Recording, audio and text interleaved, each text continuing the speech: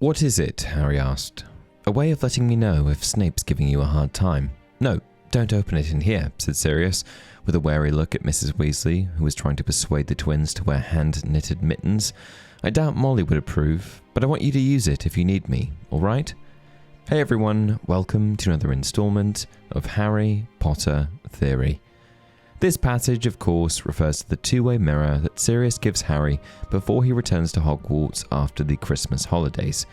One of a matching pair, the enchanted mirror allowed its owner to communicate instantly with whoever possessed its counterpart simply by speaking their name into the glass. Sirius and James had originally used the mirrors to speak to one another while serving separate detentions at Hogwarts, and decades later, Sirius gives James's mirror to Harry so that the two of them could remain in contact without relying on owls, fireplaces, or the Floo Network. And of all the tragic mistakes made throughout the Harry Potter series, few are as frustrating as Harry's failure to actually use the mirror. It didn't require a complicated spell, and it was right there at his fingertips.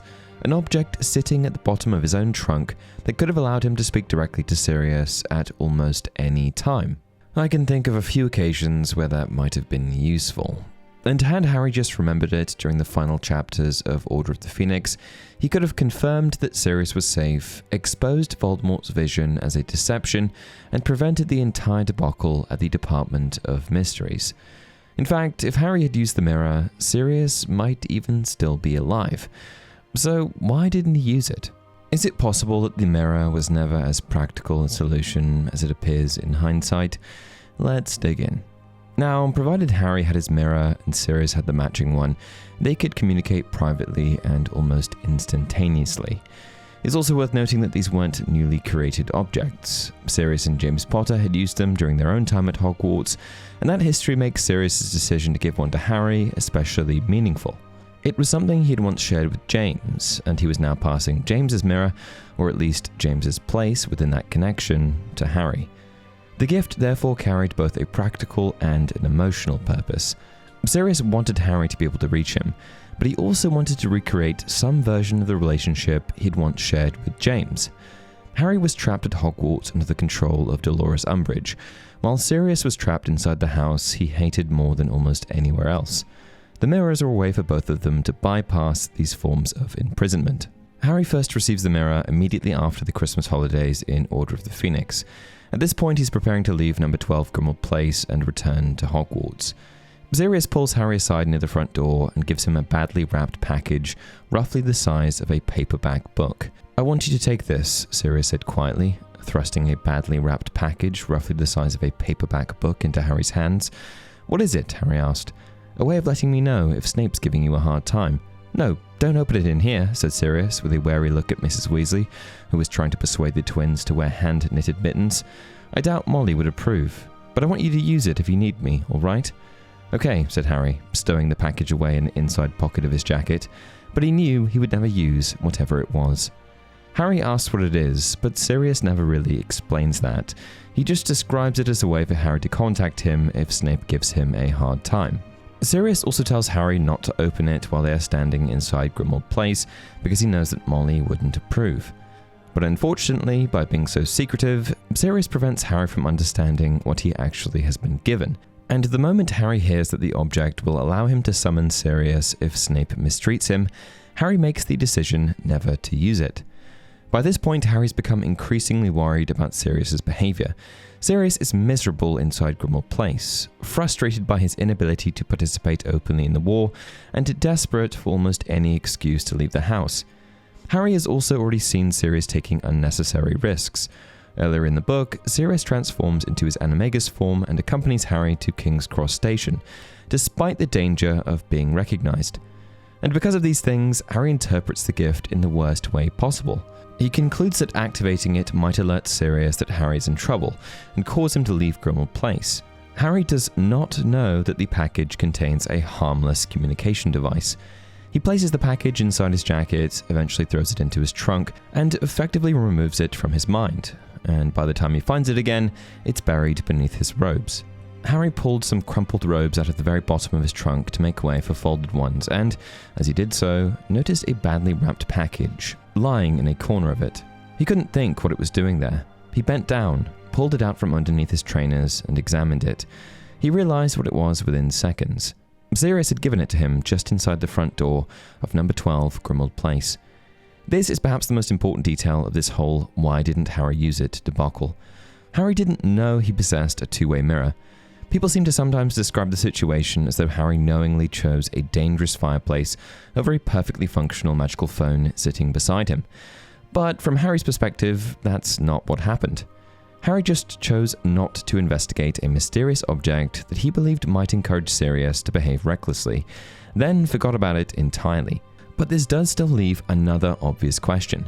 How could Harry possibly forget something Sirius had specifically given him as a means of communication when Harry spends so much of Order of the Phoenix desperately searching for ways to communicate with Sirius? Throughout the book, Harry relies on several alternative communication methods, almost all of which are significantly more dangerous or unreliable than the mirror. Harry and Sirius exchange letters, but they have to be extremely careful about what they write. Sirius is still considered a dangerous escaped prisoner. Umbridge is monitoring communications entering and leaving Hogwarts, and Hedwig herself is later injured while carrying a message. Harry also communicates with Sirius through the Floo Network. Earlier in the book, Sirius appears inside the Gryffindor common room fireplace to speak with Harry, Ron, and Hermione, but even that communication is risky. After Umbridge gains more control over Hogwarts, she begins monitoring the school's fireplaces, meaning Harry can no longer safely use the common room fire. And when Harry later needs to speak with Sirius about what he saw in Snape's pensive, he resorts to an extraordinarily risky plan. Fred and George create a diversion, Harry breaks into Umbridge's office using Sirius's knife, and he places his head inside her fireplace. This is the only fireplace at Hogwarts that Umbridge has not placed under Ministry surveillance. The plan succeeds just long enough for Harry to ask Sirius and Lupin about his father's behavior towards Snape, but the conversation is interrupted when Filch enters the office. This is one of the most obvious moments when the mirror would have been useful. Instead of breaking into Umbridge's office, Harry could have sat behind the curtains of his four-poster bed, taken out the mirror, and spoken to Sirius privately. But again, Harry doesn't use the mirror because he doesn't know that it's a communication device. And the mirror would have been most valuable during Harry's final attempt to contact Sirius. After falling asleep during his History of Magic examination, Harry experiences a vision of Sirius being tortured by Voldemort inside the Department of Mysteries. This puts Harry in a state of panic, and he jumps through all sorts of hoops to understand what is happening. But if he had just used the mirror, he could have avoided all of that. Now I guess the question is, even if Harry forgot about the package, why didn't Sirius ever remind him? When Harry contacts Sirius through Umbridge's fireplace to ask about James and Snape, Sirius sees Harry's face appear in the fire. But Sirius also knows he gave Harry a two-way mirror for exactly this purpose. So I'm curious why it wouldn't be his first instinct to ask why Harry was risking the Floo Network instead of using the mirror. There are several possible reasons Sirius might not have mentioned it, but none are particularly satisfying. First, Sirius may not have known that Harry was using Umbridge's fireplace. From Sirius's perspective, Harry could theoretically have been using a relatively safe fireplace, and I guess there's no real reason for him to question that. Second, Sirius likely assumed that Harry had opened the package and understood what the mirror was, especially since Harry never really asks him any questions about it. Sirius grew up in the wizarding world and had personally used the mirrors as a teenager, so it's possible that the object may have seemed so straightforward to him that it never occurred to him that Harry wouldn't have understood it. Oh yeah, and the package even included a note explaining how the mirrors work. This is a two-way mirror. I've got the other one of the pair. If you need to speak to me, just say my name into it, you'll appear in my mirror, and I'll be able to talk in yours. James and I used to use them when we were in separate detentions. Third, their conversation was fairly rushed. Harry had a very specific and emotionally charged question about James humiliating Snape, and before they could finish, Filch entered Umbridge's office and Harry was forced to leave. Under those circumstances, Sirius may simply not have thought of the mirror, but his failure to mention it a single time remains an unfortunate piece of miscommunication. One sentence, "Use the mirror I gave you next time," could have changed everything. The final explanation is that it's possible Sirius himself had partially forgotten about the mirrors. Several months had passed since Christmas, and Sirius was living through a period of extreme isolation and emotional distress. He'd spent most of the year confined to the childhood home he hated, listening to the portrait of his abusive mother and arguing with Kreacher. Much of Order of the Phoenix is shaped by his suffocation and frustration at being trapped inside Grimmauld Place, a misery that mirrors Harry's own anger. undermines Sirius's reliability as a mentor and foreshadows his fate. In many ways, Harry and Sirius were remarkably similar. Both were impulsive, both tended to act before fully considering the consequences, both concealed information when they believed they were protecting the other person, and both were emotionally overwhelmed throughout Order of the Phoenix. Sirius gave Harry the mirror secretly because he wanted to avoid an argument with Molly. Harry refused to open it because he wanted to stop Sirius from taking another risk. Sirius apparently assumed Harry understood the gift. Harry assumed the gift would endanger Sirius. Neither explained his reasoning to the other, and their mutual desire to protect one another created the exact conditions that made communication impossible. And this sort of underscores one of the central themes of Order of the Phoenix: isolation. Throughout the book, Harry is deliberately cut off from information.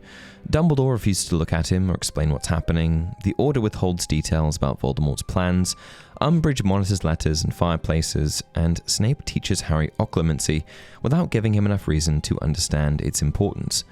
Harry is surrounded by people who care about him, but at the same time feels completely alone. When Harry finally discovers the package after Sirius's death, his first reaction is not to blame himself. It's hope. Harry reads the message explaining how the mirrors work and suddenly believes he may still be able to contact Sirius. He holds the glass in front of his face, says Sirius's name, and waits for him to appear. But the only face Harry sees is his own. Harry looked around to make sure there was nobody else there. The dormitory was quite empty. He looked back at the mirror, raised it in front of his face with trembling hands, and said loudly and clearly, "Sirius." His breath misted the surface of the glass. He held the mirror even closer, excitement flooding through him, but the eyes blinking back at him through the fog were definitely his own. He wiped the mirror clear again and said, so that every syllable rang clearly through the room, "Sirius Black." Nothing happened. The frustrated face looking back out of the mirror was still definitely his own. This is one of the most heartbreaking moments in the entire series, because Harry finally understands the mirror at the exact point when it can no longer give him what he wants. Now, it's not entirely accurate to say that Harry forgetting the mirror directly killed Sirius. Harry was deceived by Voldemort. Creature lied to Harry. Snape failed to make it clear that he understood Harry's warning. And Dumbledore had isolated Harry for almost an entire year. Harry made a catastrophic mistake by not using it, yes, but he was also just a 15-year-old being psychologically manipulated by one of the most powerful dark wizards in history. I've seen some people call this a plot hole, but that's not accurate. A plot hole would require the story to contradict its own established rules. Order of the Phoenix explicitly explains that Harry never opened the package and decided he would never use whatever was inside of it. And while Harry's actions may be frustrating, they are accounted for within the text.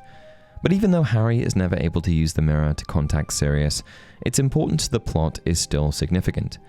Even after it's broken, Harry keeps a shard of the glass, and years later he begins seeing a bright blue eye reflected within it. It's eventually revealed that the matching mirror has been acquired by Aberforth Dumbledore, and when Harry is imprisoned inside Malfoy Manor, he calls for help through the shard.